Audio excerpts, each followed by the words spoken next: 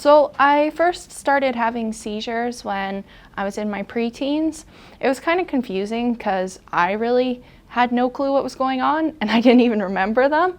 And it wasn't until I had a really big seizure at a big event and one of my friends was like, you're having a seizure, and they called my mom, and my mom brought me to the hospital, and I was at the hospital for a day, then went home and then back to the hospital again.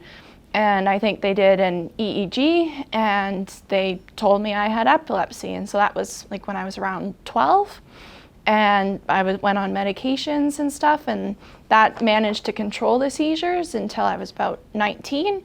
And then all of a sudden my seizures just stopped being controlled and started to kind of be more impactful to my life. And when I was 19, I did the monitoring for like determining if I was a candidate for surgery, and they're like, well, we don't fully know. So the next step would be to do the in-depth monitoring, which in itself is the first step of is a surgery.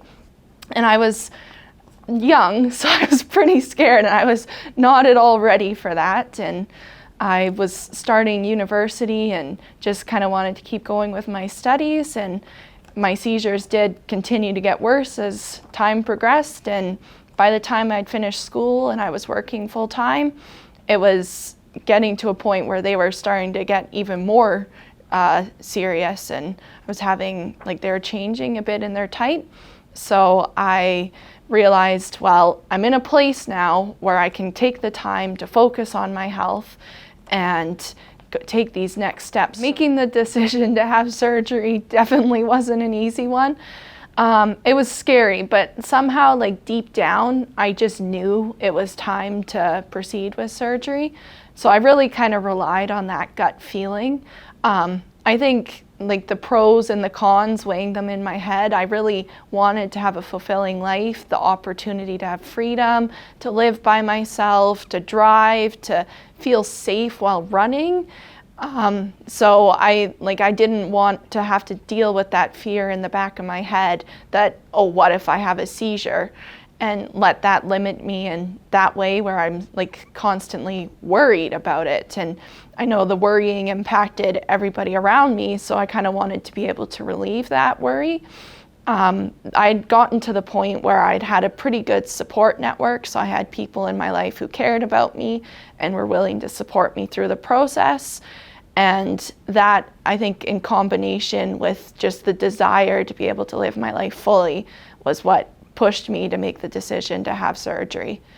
From a professional standpoint, there's one experience that I can really think of where epilepsy had a big impact on my life, and it was when I was in a kind of more contract-like position, and I was working with younger kids and kids in middle school, and the woman who ran the program didn't know that I had epilepsy when I signed up to be a contractor at this place.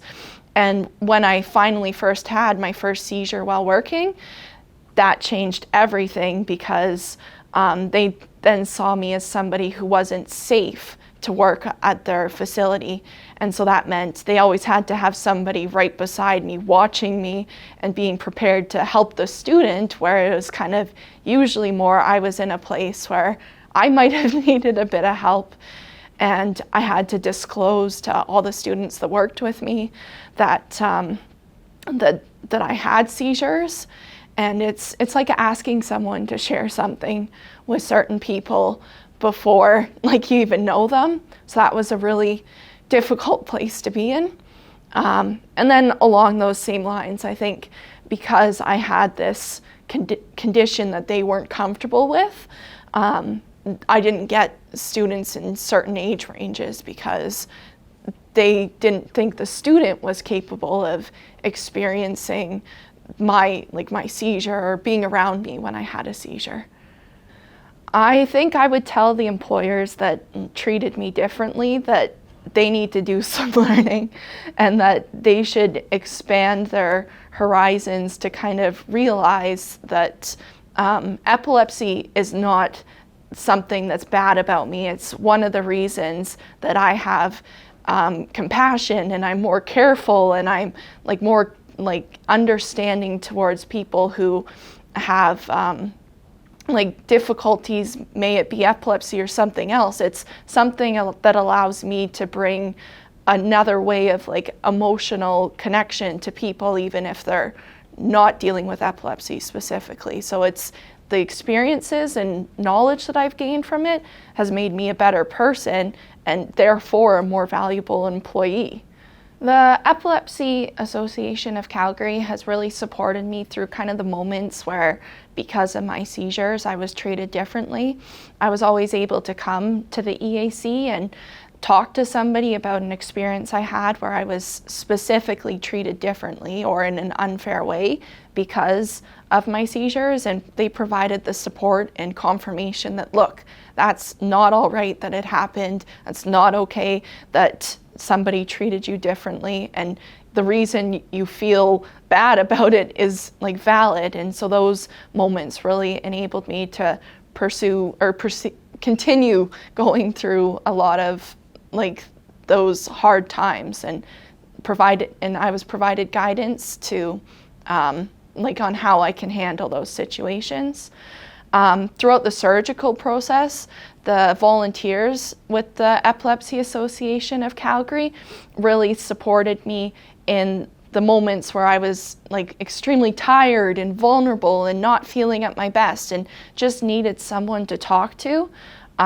Being able to have those conversations about, oh, today is awful and I'm just not feeling myself, and having somebody who's able to relate to it and be like, yes, I know what you're going through is difficult. It really made a difference, because when you're in the seizure monitoring unit, it's really difficult to enjoy your time there. You're faced with a lot of difficult things, whether it's just pain from having the seizures or sleep deprivation or feeling weird because you're off your medication.